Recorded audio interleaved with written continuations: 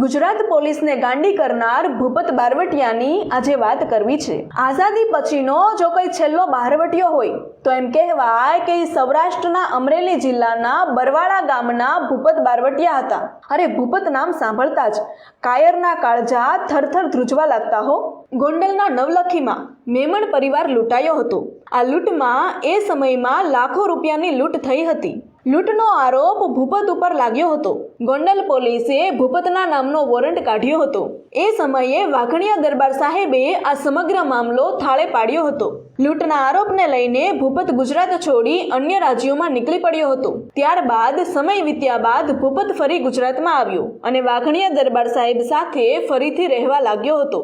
ભૂપતે નાજપુરના રાણા ડાંગરની હત્યા કરનાર વ્યક્તિને જમનદસ્ત કરીને પ્રથમ હત્યાને અંજામ આપ્યો હતો। બસ ત્યારથી જ ભૂપતની હત્યાની લોહિયાળ દુનિયાની શરૂઆત થઈ હતી। ત્યારબાદ એક બાદ એક હત્યાને ભૂપત અંજામ આપતો ગયો અને ત્યારબાદ અનેક લૂંટને પણ અંજામ આપતો હતો। ભૂપત દ્વારા હત્યા, ધાડ, લૂંટ જેવા ગુનાનો આંકડો એક બાદ એક એમ ધીમે ધીમે વધવા લાગ્યો હતો। સાહેબ, આપણા ગુજરાતના ગૃહમંત્રી રસિકલાલ પરેખના શાળાને જ્યારે ભૂપત બારવટિયાએ ઢબેડી નાખ્યું ત્યારે તેમણે પોલીસને બોલાવીને એમ કહ્યું હતું કે રાત દિવસ એક કરો પણ ભૂપતને પકડીને લઈ આવો। ત્યારે ગુજરાતની પોલીસ ભૂપત બારવટિયાને પકડવા માટે ગાંડી થઈ હતી હો। પણ ભૂપત બારવટિયો તો એમ કહેવાય કે એટલો ખૂંખાર હતો કે એની સામે મીટ માંડવાની પણ કોઈની હિંમત નહોતી। અરે છેલ્લે તો એમ કહી દીધું હતું કે 6 મહિના સુધી પોલીસ વાળાનો પગાર બંધ કરી દો। કોઈ પોલીસ વાળાને પગાર નથી દેવાનો જ્યાં સુધી ભૂપત બારવટિયો પકડાય નહીં। સાહેબ, એમ કહેવાય કે ઇતિહાસમાં રેકોર્ડ છે કે 6 મહિના સુધી ગૃહમંત્રીએ ગુજરાત પોલીસનો પગાર બંધ કરી દીધો હતો કે જો ભૂપત હાથમાં નહીં આવે તો સરકાર પોલીસને પગાર નહીં આપે। એટલે આવો ખૂંખાર હતો ભૂપત બારવટિયો અને કહેવાય છે કે પોલીસના હાથમાં પણ નહોતો આવતો। એ સમયે ચારણ સમાજમાં પહેલા ડીવાયએસપી તરીકે પાલિયા સાહેબ હતા અને એમના હાથમાં ભૂપત બારવટિયાનો કેસ આવ્યો। એ ભૂપત બારવટિયો કે જેને પકડવા માટે ગુજરાત સરકારે પોલીસનો પગાર બંધ કરી દીધો હતો અને એમ કહેવાય કે કોઈ ભૂપત બારવટિયાને છુપાવવા પણ તૈયાર નહોતું। તે દિવસે ભૂપત બારવટિયાને એમ થયું કે હું મઢડા વયો જાઉં અને માં સોનબાઈના પગ પકડી લઉં તો મને કોઈ ના પકડી શકે।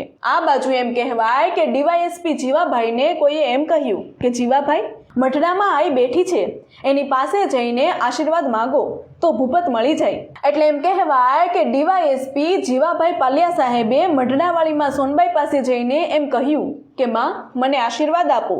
અરે તું તો ડીવાયએસપી છે, તારે આશીર્વાદની શું જરૂર છે? અને તે દિવસે પાલિયા સાહેબે એટલું કહ્યું હતું કે માં, ભૂપતને પકડવા માટે પોલીસ ગાંડી થઈ ગઈ છે। ભૂપત હાથમાં નથી આવતો, કાળજાળ બહારવટિયો છે, મારે ભૂપતને પકડવો છે એટલે માં, મને આશીર્વાદ આપો।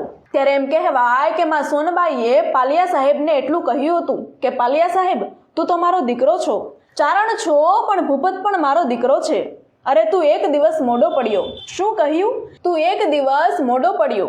આજે તું આવ્યો અને કાલે અહીંયા ભૂપત આવ્યો હતો અને એણે મને એમ કહ્યું કે માં, મને આશીર્વાદ આપો કે હું કોઈના હાથમાં ના આવું। એટલે હવે પાલિયા સાહેબ, કોઈના બાપની ત્રેવડ નથી કે મારા ભૂપતને હાથ અડાડી શકે। અરે સાહેબ, ઇતિહાસ ગવાહ છે કે છેલ્લે પાકિસ્તાનમાં જઈને ઇસ્લામી ધર્મ અપનાવીને અમીન યુસુફ નામ ધારણ કરીને ભૂપત બારવટિયો રહેતો હતો। આજે પણ અમીલા મંઝિલ નામનું એનું મકાન ઊભું છે।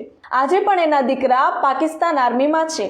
આખી ગુજરાત પોલીસ ગાંડી થઈ હતી પણ કોઈ ભૂપતને પકડી ના શક્યું। અરે એમ કહેવાય કે ભૂપત બારવટિયાને માં સોનબાઈ ઉપર એટલો વિશ્વાસ હતો કે પાકિસ્તાનમાં બેઠો બેઠો એમ બોલતો હતો કે મારી માં સોનબાઈના ખમકારા છે મારા પર, એટલે કોઈની તાકાત નથી કે મારી સામે મીટ માંડી શકે। એટલે કહેવાનો અર્થ કે એક ચારણની દીકરીમાં આટલી તાકાત હોય છે। તમને તમારી માં કુળદેવી જગદંબા ઉપર વિશ્વાસ હોય ને તો કોઈ તમારો વાળ વાંકો પણ ના કરી શકે। વિડીયો પસંદ આવ્યો હોય તો વિડીયોને લાઈક અને શેર કરો તથા અમારા ફેસબુક પેજ કાઠિયાવાડની વાતોને ફોલો કરો।